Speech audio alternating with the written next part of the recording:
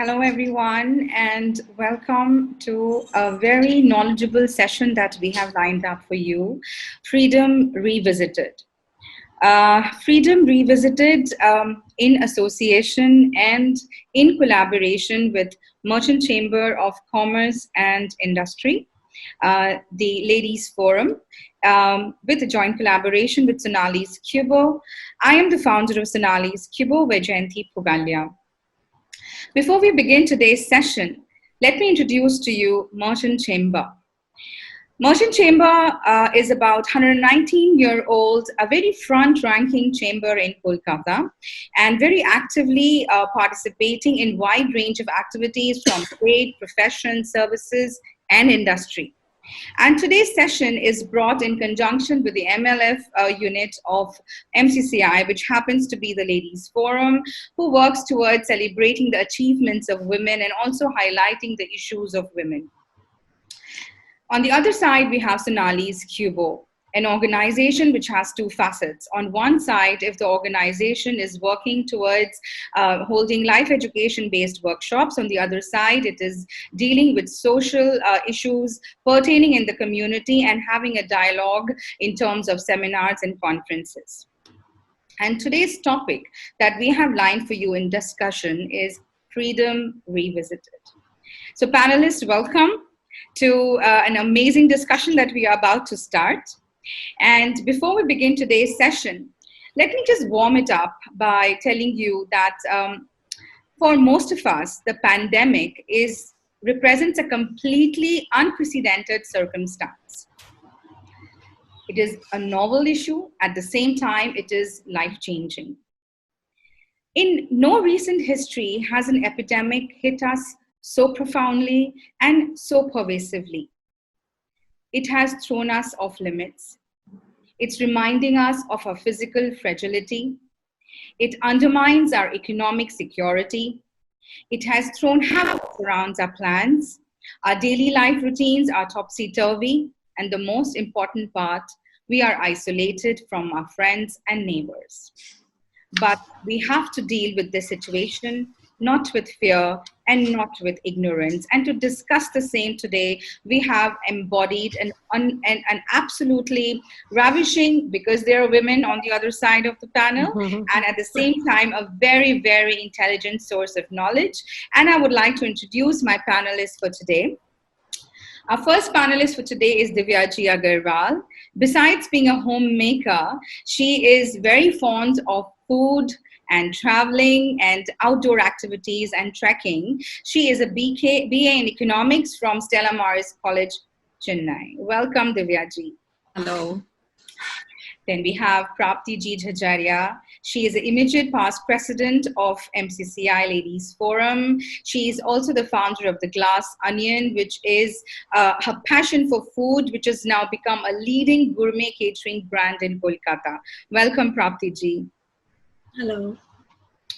Snigdha Shah Agarwal. Now, Snigdha Ji is our current chairperson of MCCI Ladies Forum. She's a professional with experience ranging from mergers and acquisitions, corporate strategy to investor relations. Besides being in such a adhesive corporate sector, she's a mother of two beautiful children, and her hands are full with so much of activities going on at home in this time of lockdown. Welcome, Snigdha Ji. Thank you. Very good evening to everybody. So we have lined up an amazing topic today, Freedom Revisited.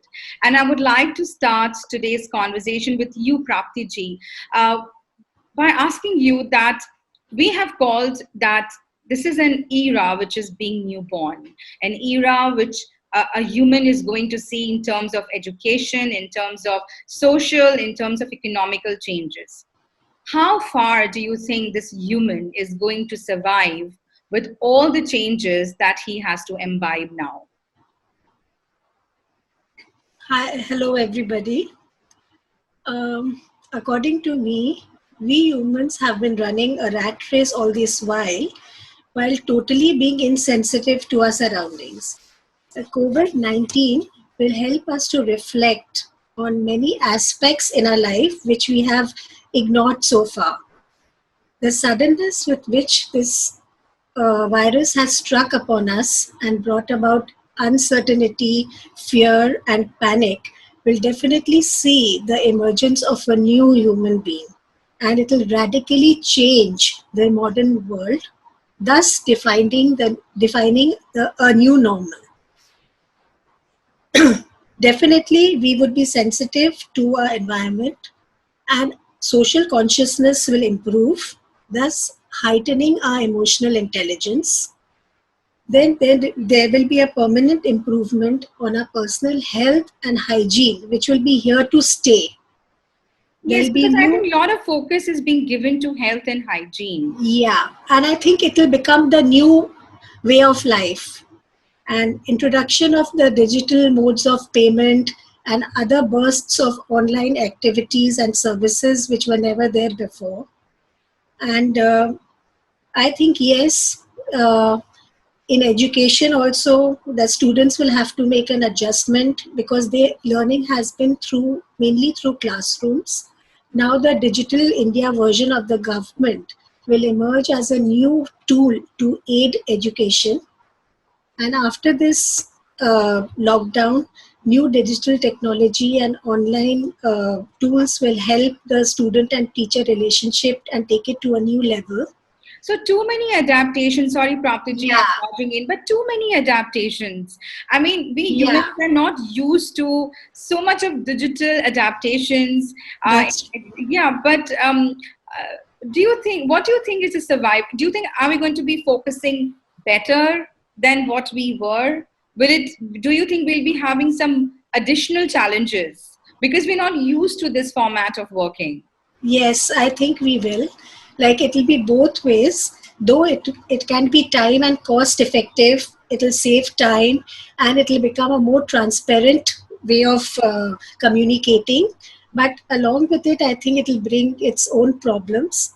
Like if with the affluent class and the educated class, it might not pose such a big problem. You're right. But, Very but correctly with said. with the other masses, I think it will pose a bigger problem to True, get true, very adjusted true. to the new digital technology. Very true, very true, and which we will come to that. Where we do see, two different diaphragms. Where definitely one section of the community is going to be really having a tough time dealing with the digital part, which is actually now the main mode of communication. Coming to you, Snigdha ji, what do you think when I ask you that kindness is going to be the new currency? How do you think kindness is going to be functioning? I think kindness and compassion is going to be, the way in which we can take forward our life now. I mean, if you just look outside you, even if you travel, half an hour away from where you stay, you'll see such, unbelievable conditions. I mean, I wonder sometimes that why is it that, we have such diversity and we are coexisting in a single world. It just makes us feel that, we, each one of us have to do our bit. Yes, Praptiji, if you could so coming back to the question to Praptiji, I was asking which is the best way to fight the fear and ignorance that we might be facing these days regarding the pandemic? I think the first thing is to stay calm and not to panic. And the second would be to redefine ourselves, to evolve and show more compassion because society is as strong as its worst effective member.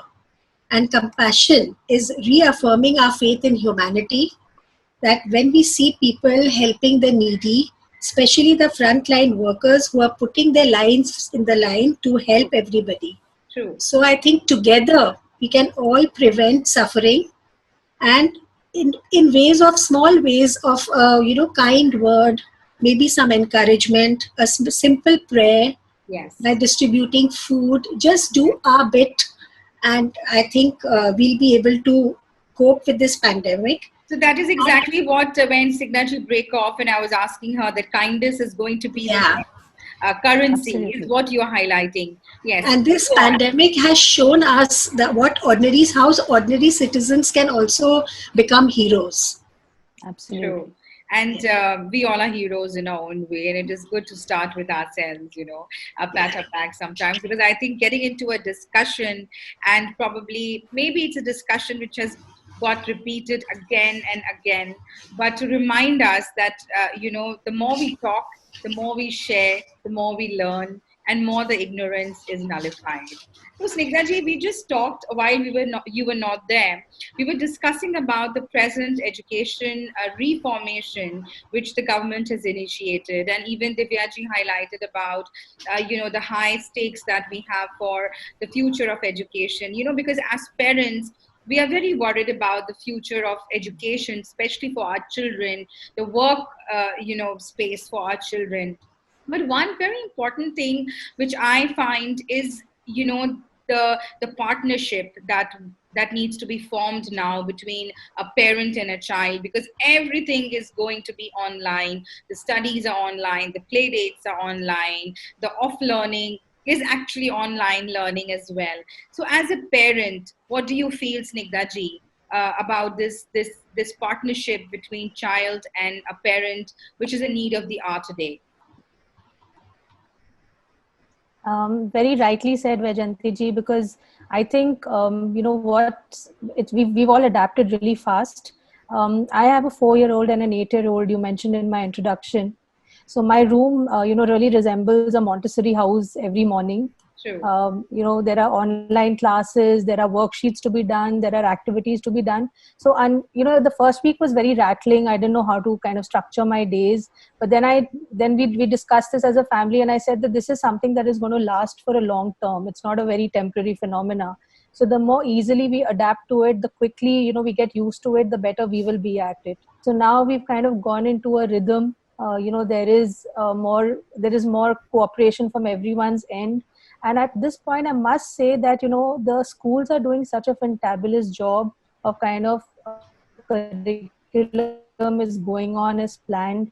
They're sending out work regularly. There's, a way to give feedback. So I really appreciate that. And I think it's making us think out of the box way and really be creatively, think creative about education. So yes, I think partnership is a very, very big key here, where we can all collaborate and do things together. Yes, but I think I completely resonate as two young children's parent that you just spoke of, because this is important. Most of the work, the detailing of the courses is laid down by the schools, and we are as parents monitoring it. But don't you think a lot of monitoring is also required, specifically in times that we are now, where we are hearing so much, with the little older children, where we just heard about, the boys' locker room case, or another case from our very own city, Kolkata. So that partnership between even older children and parents, where a talk is initiated, or the online work is monitored more now if it was not done previously. Don't you think even that is required right now? I think that, are you there with us?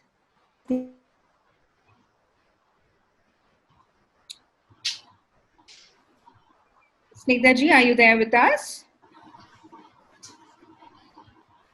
I think she's having again a problem with her internet, but I'm sure she'll be back to answer to that. So coming back to you, Divyaji, I'm very interested to understand your take on the new normal. What, according to you, is a new normal? Well, this lockdown actually has shown us many positive aspects, as work from home wasn't normal earlier, but now it's become the new norm. Families will be at home, so the connect between the family members is also going to increase. Definitely. But for the lady of the house, she's going to have to be doing more multitasking. In what way? I mean, like, how are you multitasking? And then I'm going to come to Prapti ji as well, because I think as entrepreneurs, as professionals, as chairpersons, past chairpersons of MLF, and in your own domain of work of being a homemaker or the founder of Glass Onion, I want to understand, how is it more work for you now? Well, So, how is it more work for you now? monitoring the online classes, and doing more online grocery shopping. Okay. Also learning different cuisines, trying out those new recipes which you've never done earlier. True, true, true. And also these online gym classes, which we were having this routine of going to the gym, but now Yeah. you have to do your workouts without using the machines, which we've never done earlier.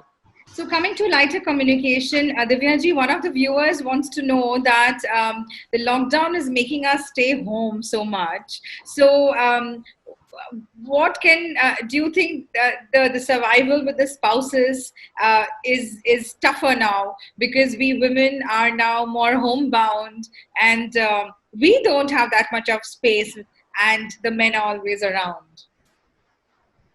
I think it's going to be a joint effort by both the spouse and the woman. And the men also have to now learn to be a little more compassionate. True.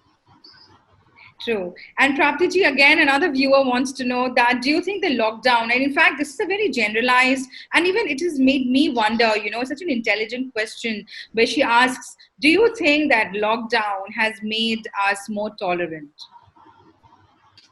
Definitely.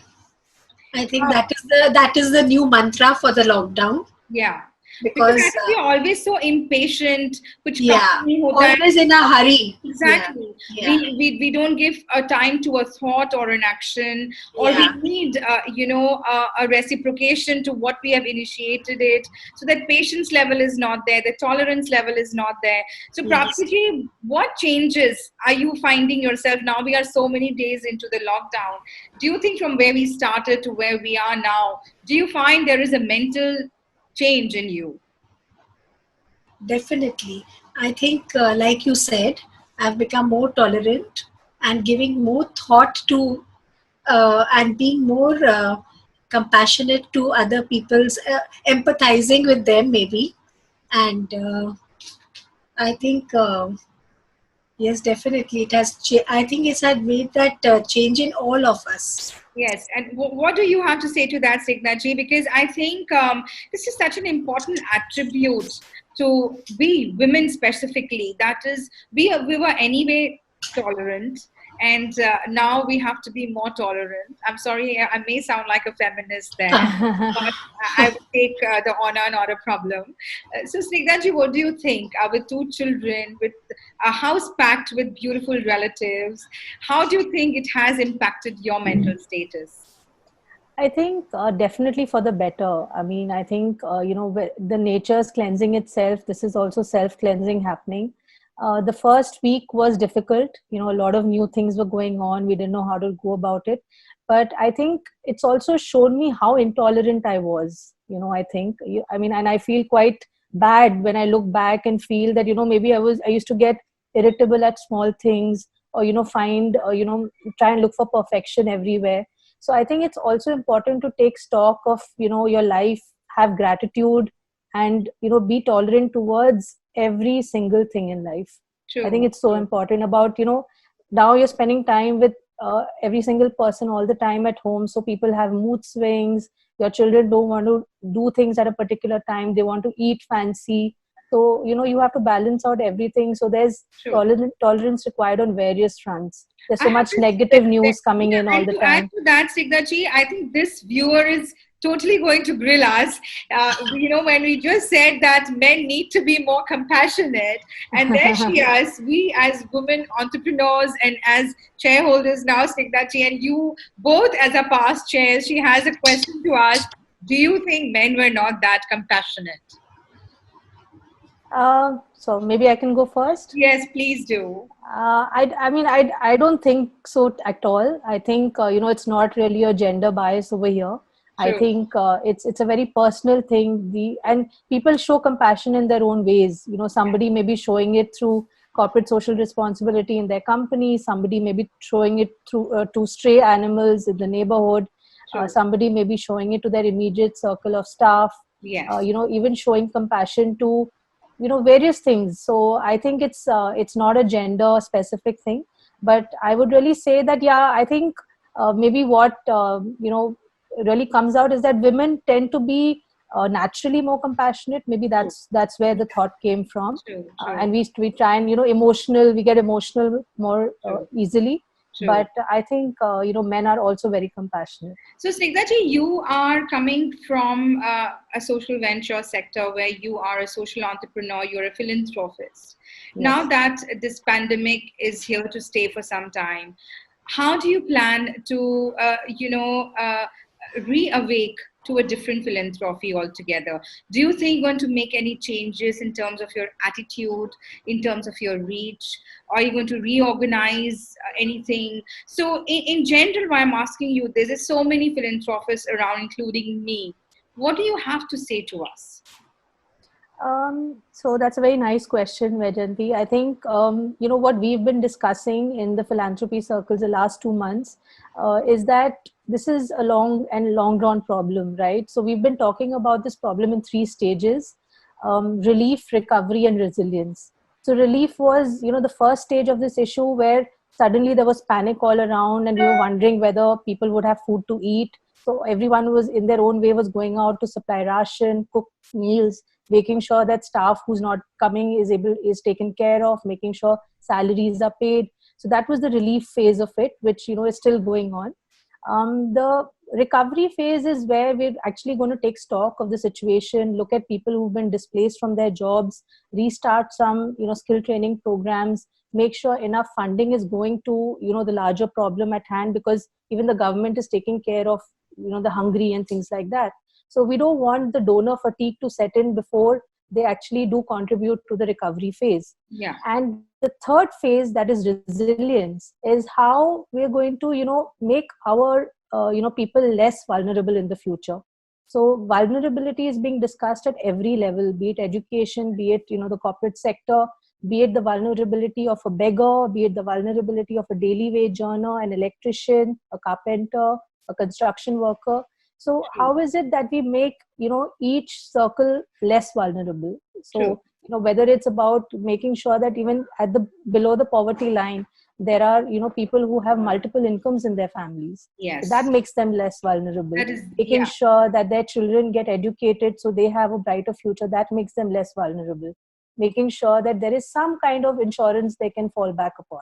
That's very well put, Snigdha ji. And why I want to initiate this question to you, Prapti ji, is you are coming from a background of food, and sustainability is something which I'm really talking these days when it comes to food, wastage, using your essentials well. Now the time has come where I have been in dialogue with so many different women, and everyone has to say one thing, that we are becoming more vigilant and intelligent towards using the essentials. We are understanding what wastage is more, and we are able to preach that better to our family, to our children. How are you thinking the sustainability is it going to have new norm, or what do you think, according to you, sustainability is going to rise up to? Definitely, I think this is a very important question which you asked, that the things which we took for granted earlier, and that we shall not take that for granted anymore. True. We look into the small things and how to use it to the maximum, to utilize it so that everything is used properly. True. And also to reduce the wastage in the house would be to balance out the menu in such a way that everyone gets their whatever they want to eat, as well as reduce the wastage. True. I think a homemaker has to be very sensitive and not take things for granted anymore. True. That is a very, very decent approach to sustainability, Prapti ji. And coming to you, Divya ji, I have this question where I think we Indians, we have a heritage where we are from the land of the Vedas, of the Upanishads, of so much of spiritual healing, which got flamed under modernism, which sort of got undermined because of the Western culture being so strong in our country lately. But now this lockdown, so many of us are going back to spiritualism. Do you think that this was always there? Do you think that this is a time where we are finding our roots back to it? Are you, experiencing people around you who are becoming spiritual and who were not there before? Because I think whether it is economics or socialism or education or spiritualism or sustainability or philanthropy, everything is interlinked. They all form the different organs of a human mind, body, and soul. So, what do you have to say about spiritualism, Divyaji? I feel meditation and introspection, everything was there earlier also. And people had the complaint that I don't have time for me time. Yeah, true. Even if they're not doing any introspection now, then they are to be blamed for themselves. Yes, I think this is very intelligent. Time, you're not doing it. Yeah, I think this is a time to introspect more than to retrospect, because it is more to look inwards than outwards, and that's where all the answers are going to be. And before we wrap up today's session, I have two very important questions to ask. One to you, Sigdati, where I find that we humans celebrate life. We humans celebrate death. We humans celebrate marriage. We love hugging. Social distancing has a new norm now. How is it going to be awakened to? How are we going to manage these celebrations in the near future? Well, I mean, everything is going to have to be virtual for some time. I mean, it's really sad. More, what pinches the heart more are the sad occasions, and when you really want to be with your near and dear ones. Of course, I've heard of friends whose marriages have, gotten postponed, and people are having to deal with this uncertainty. But we are hoping that the medical fraternity is able to develop something soon enough. And till then, of course, we will have to take a lot of precautions. What's absolutely essential will have to go on in a very controlled environment. True. And what is not so essential will have to happen in a more virtual kind of a setting. True. And with time things will ease out, and people will also get used to it. So a sort of pattern will develop. True. The beautiful thing about our minds is that we get accustomed to things very quickly. Yes. I think it's just about that conditioning. We have to let go of the earlier conditioning and adopt the new ways of thinking. Do you think luxury is going to be redefined?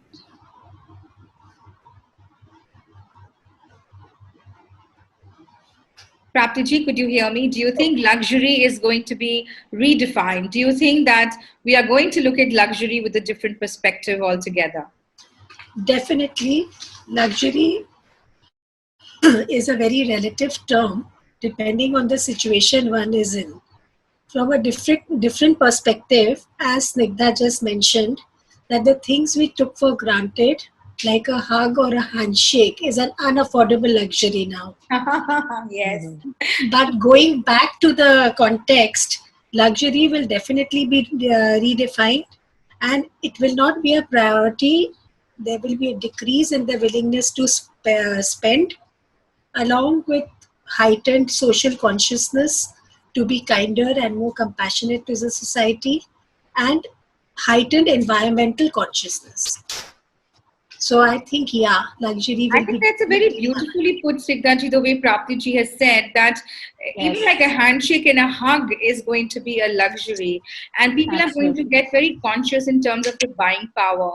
So, we were just losing out, and because of your internet connectivity, I had this question to you that food and travel and garments, everything is going to be seeing a new sun altogether. All the industries are going to probably, they would not know whether they have to scale up or scale back their production. Absolutely. What do you have to say about this? Times are uncertain, Vaijayanti ji, and I hear these discussions happening in my own house. How do we predict the next season? How much to make? How much will be able to how much is the market going to demand? Every organization is talking about it. Even a technology company doesn't know how many people to recruit, whether companies are going to come back with a similar volume of business or they're going to shrink the orders.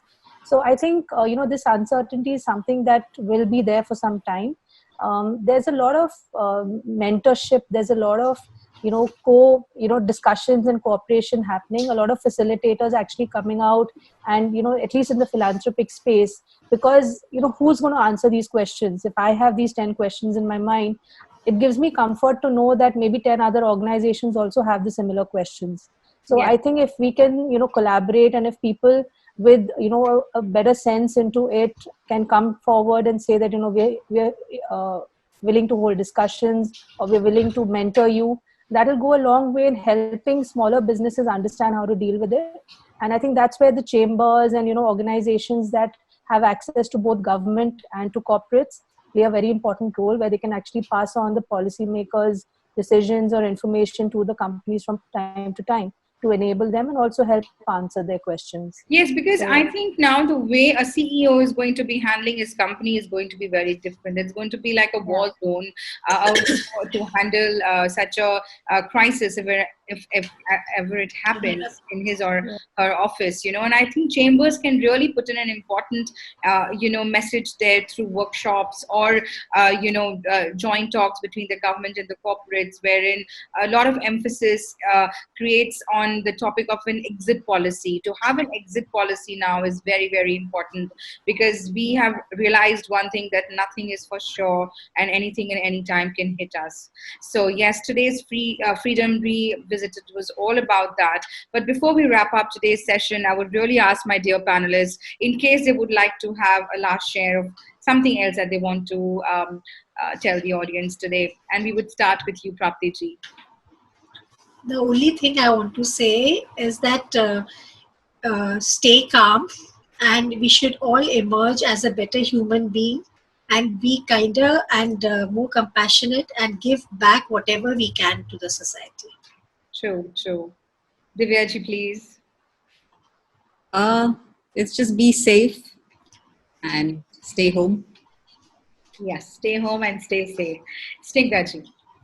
I would just like to say, again, I keep going back to philanthropy, but, I feel that this is, a forum for me to share what I'm feeling. Yes. And I would just like to say that it's very important that all of us give back in whatever way we can, not necessarily money, give back in time, give back in terms of time, give back in terms of ideas, share things, with your immediate circle.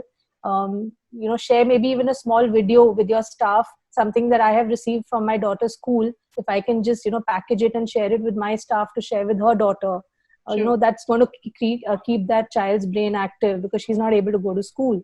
So, things like this, wherever we can, sort of try and give back.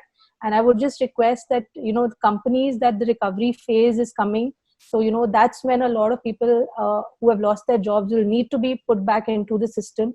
So a lot of philanthropic work would be required then. So I'm soliciting the support of a lot of companies at that stage.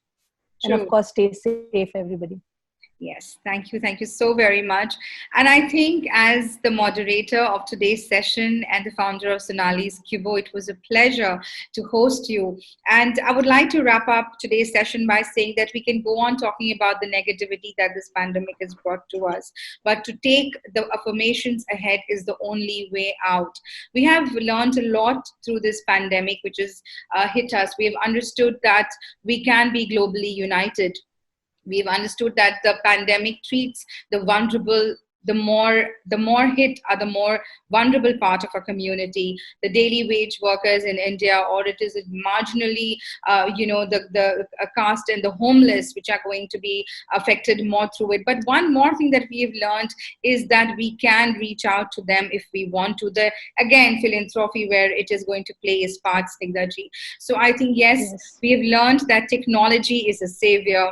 We have learned that the environment can be made to a better use. We've understood that the pandemic has cleared the aquatic, and there's a drop in air pollution and the carbon emission. There's so much positive has also come out of this pandemic. But yes, we have many miles to cross and win this as together, as a human race looks up and faces to it. And I think we should get into some more discussions in near future as the MLF body of the chamber, and take this discussion ahead. Today we had little internet connection issues, Stigdachi, but hopefully next Yes. time we will be more prepared with our internet, and probably the discussion is going to be more fruitful.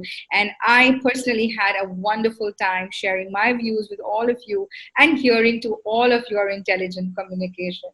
So thank you all very much. Thank you Thank so you, much. Thank you Vajanti. so much. Thank you so much for being such an awesome moderator. Thank you. Thank Yeah. you. And I will see you all very, very soon. Stay home and stay safe. Thank you. Thank you. Bye-bye. Bye.